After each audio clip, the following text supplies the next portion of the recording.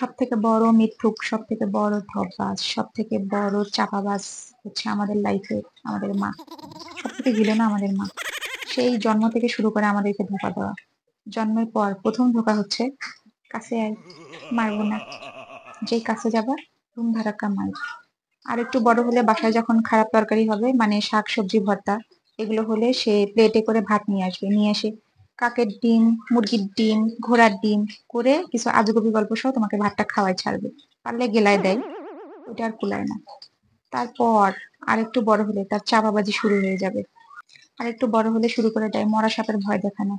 মানে ওই যে স্কুল কলেজে যাবা, একটু ঘোরাঘুরি করবা, বন্ধু-বান্ধবের সাথে একটু আড্ডা-টাড্ডা মারবা।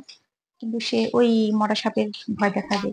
যেরকম মরা সাপকে কাছে থেকে দেখতেও ভয় লাগে, কাছে যাইতে ভয় লাগে, ওরকম সে ভয় দেখাবে বাপের। বলবে, "অমুক দিন কোথায় গেছিলি? তোর বাপ দেখছে?"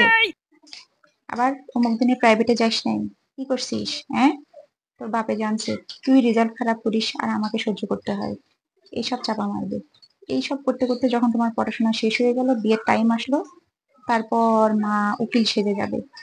একটা ক্যাবলা মার্কা ছেলে এনে ধরাই দিবে, বলবে, "বাবা তুই সুখী হবি, ভালো হবি, দুধে ভাতে করে খাবি, তুই ভালো থাকবি।"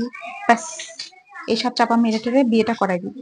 বিয়ে করার পর জামাইয়ের সাথে যখন প্রথম ঝগড়া করবা, ঝগড়া করার পর মাকে যখন ফোন করে বলবা, "মা এই এই এই এই এই", তখন মা বলবে, "অ্যাডজাস্ট কর। सारी उम्र मैं जोकर बनता रहा"।